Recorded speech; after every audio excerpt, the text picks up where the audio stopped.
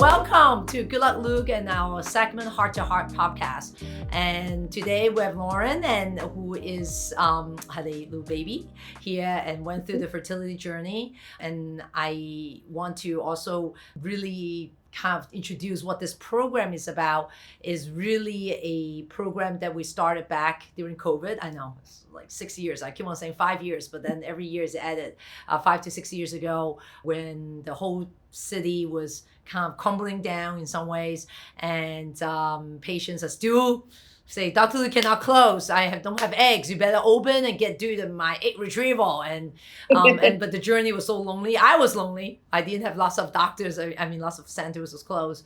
Even at that moment, even though it was very drastic, obviously with the pandemic, people are leaving the city. But at the same time, even when there's lots of people coming back, the journey is still very lonely. And so we wanted to start the Heart to Heart podcast is to give patients a sense of community, give patients to feel that they're not alone through this journey.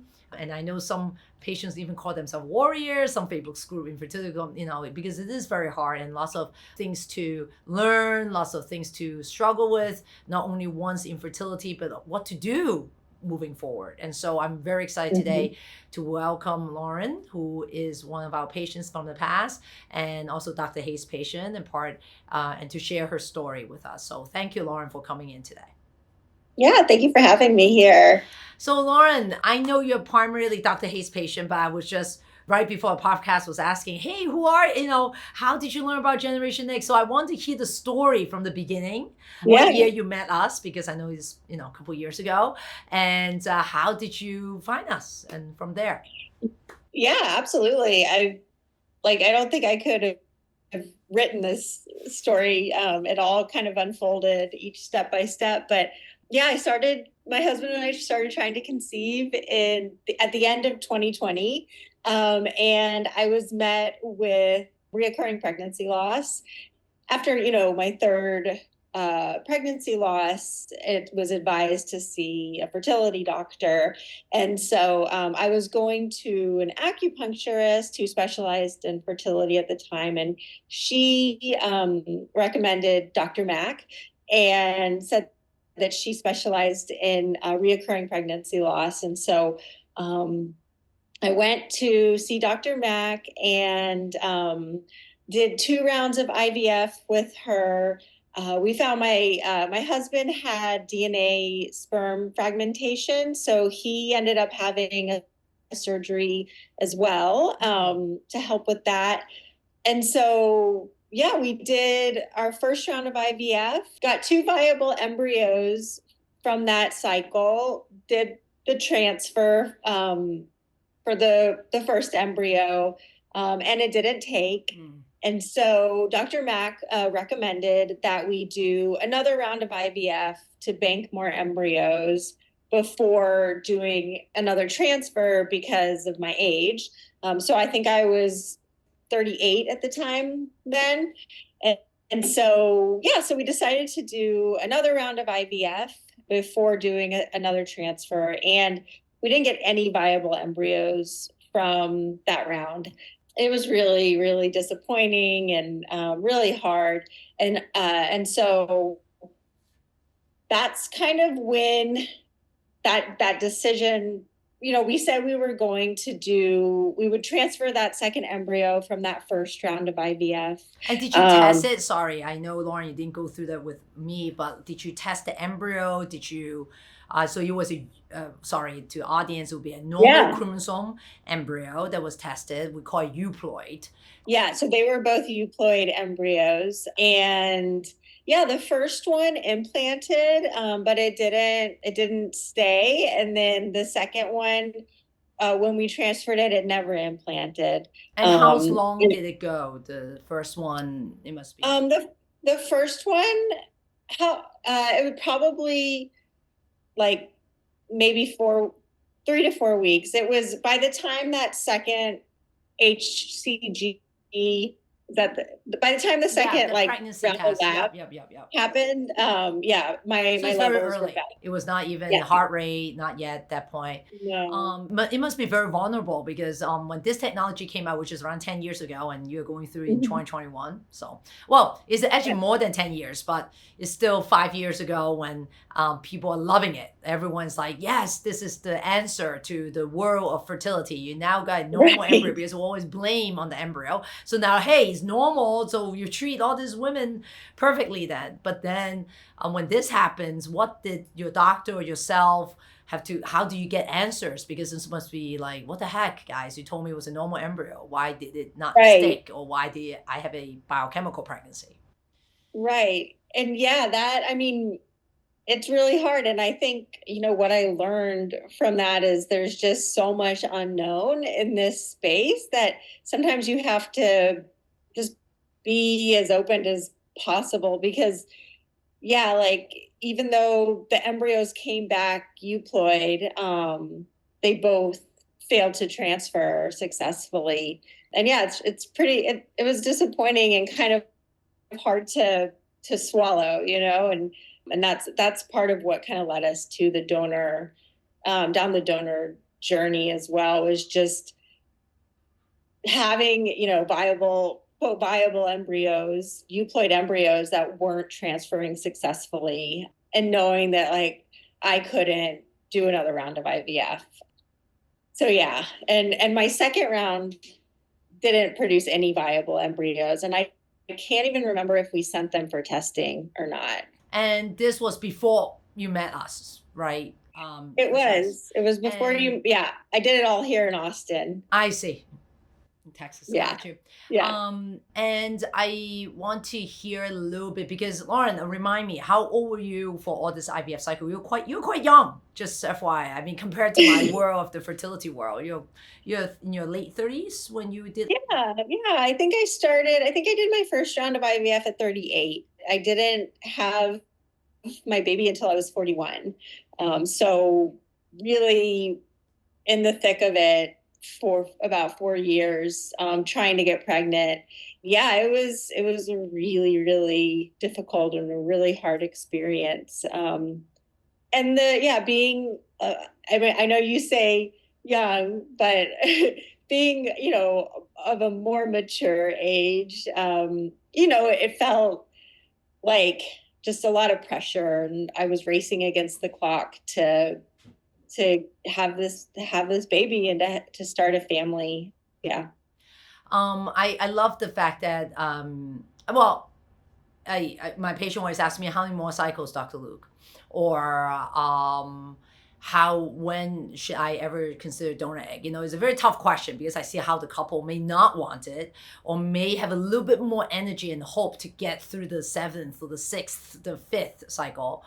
How did that come into play? Is it something you and your husband like, hey, because it seems like you're very determined. You're like, Luke, I'm not considering the fifth, sixth, I'm not, I want to just move on and be a parent. Like, how do you come into play, Yeah. or you always open to it? I just want to hear about you. Yeah, I remember my husband and I were on a walk, and I think we were talking about preparing for that second round of IVF. And I just, we kind of discussed what our alternative options might be, if this wasn't to work out, because in the end, we knew we want a family. That was our end goal. And so we both agreed that adoption wasn't for us, and that I really wanted to be pregnant and bond and carry a baby. And so egg donor was really it just felt right. Like it was just that option that we knew was kind of like what we would do next if my embryos using my eggs weren't successful. And so when that time came and that second round of IVF produced no viable embryos, that was a clear like decision. Like we already knew like egg donor was what we wanted to do next. What are the so I'm going to go into dissect a little bit the process you went through. I mean, I kind of know, but from a patient perspective, I bet it was not Yeah. easy, and choosing a donor, going through. So can you describe me how I think you met Dr. Hay? He's like a teddy, and we call him the teddy bear. He's like, Yeah, always he's the so answer. He's a great. very nice guy. Yeah. How Dr. Hay walked through the process, and how did you find your donor? I want to, if you can share what Yeah. it is. So finding a donor is a very strange experience because you're just looking online at these different profiles. I kind of attribute it a little bit to, so my husband and I met online dating, and it's kind of weirdly similar in this way where you're like reading about somebody and you only have their pictures, and but then there's this whole other aspect to it of like, this person is gonna, provide me with an egg. They're gonna donate their eggs to have a baby. But so we started looking online, and I went, I looked at through different agencies' websites. Kind of, my husband and I would kind of narrow down ones we liked and things like that. And so we found one that we really liked through an agency, and she had never gone through a cycle before, but she had a high AMH. We talked to Dr. Mack, and she explained to us, the whole process of using a donor who is going to go through a cycle of IVF for you. And the donor was living in New York City. And so Dr. Mack said that she could either come here to do the cycle, or you could find a clinic in New York and have her do it locally. And again, my husband and I talked about it, and we just felt like the whole logistics around having her travel just seemed really overwhelming for me. And so I asked Dr. Mack if she knew anyone in New York with a fertility clinic, and she said you, and she said you, Dr. Luk. And so I Googled your name, and I found the Generation X website, and I probably filled out a form, and you guys reached out to me pretty quickly, and had a conversation with Dr. Haid because he's y'all's third party director. Yeah. And he was just so great. And we actually spoke with we met with a doctor from a different clinic in New York as well, and that one just didn't feel right.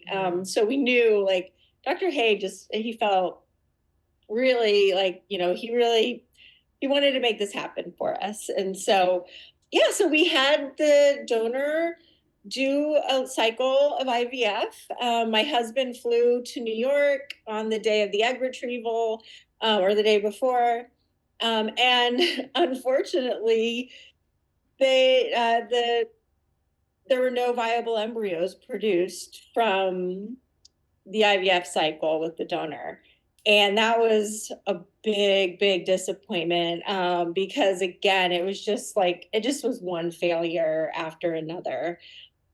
And so Dr. Haid, though, was, so understanding and so just, he said, you will have a baby. I will make sure of that. And so he gave us access. He said, you guys have a small, maybe not small anymore, but you guys have we do. an egg not bank. As big as a bank, but we do have a collection of some eggs at Gen X. Yeah. So I got access to your egg bank, all the profiles, and the original donor that we picked out, something that just felt really important to me then was, just finding a donor that looked somewhat similar to me. Of course, yes.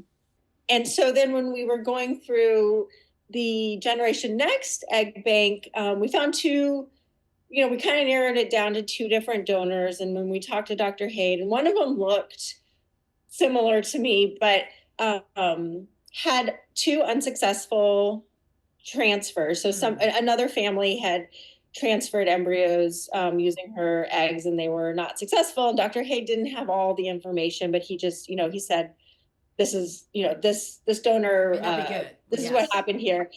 then there's this other donor who looks nothing like me. And Dr. Hay loved the way that her cycle performed. Nobody had ever transferred any embryos using her eggs before, but he just was really enthusiastic about this donor.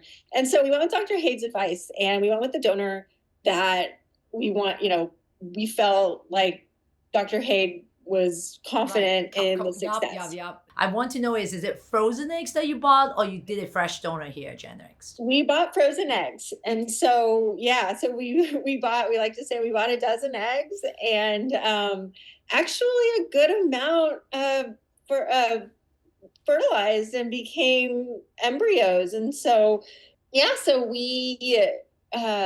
was actually looking back at when we received the PGT testing result, and it was almost exactly 1 year before my son Arlo was born. Oh.